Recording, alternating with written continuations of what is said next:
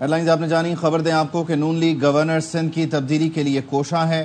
Peoples party اور نون league میں governor کی تبدیلی پر اتفاق ہوا ہے۔ ذرائع یہ دعویٰ کر رہے ہیں کہ نون لیگ کی جانب سے تجویز کردہ نام بشیر میمن پر پیپلز پارٹی کو راضی کر لیا گیا ہے۔ سنجے سادوانی سے مزید جان لیتے ہیں۔ جی سنجے۔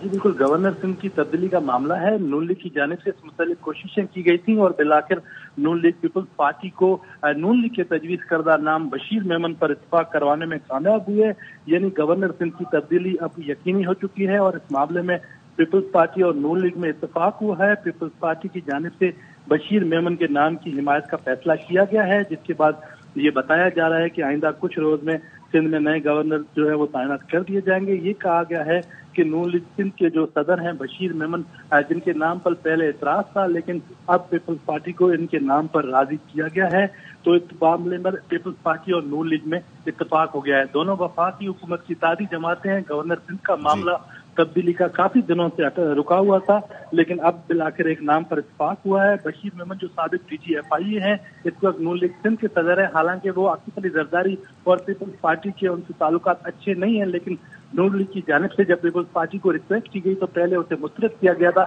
لیکن نواز شریف سمیت دیگر کی جانب سے پیپلز پارٹی کو اب اس بات پر قائل کیا گیا ہے کہ بشیر میمن سندھ میں گورنر بنیں گے، اور اس معاملے پر پیپلز پارٹی اور نون لیگ میں اتفاق ہو گیا ہے۔ پیپلز پارٹی کے ذرائع نے اس بات کی تصدیق کی ہے کہ سندھ میں نئے گورنر کی تبدیلی ہوگی اور نیا گورنر جو ہوگا وہ بشیر میمن ہوگا، جس معاملے پر پیپلز پارٹی اور نون لیگ دونوں ایک پیج پر آ گئے ہیں۔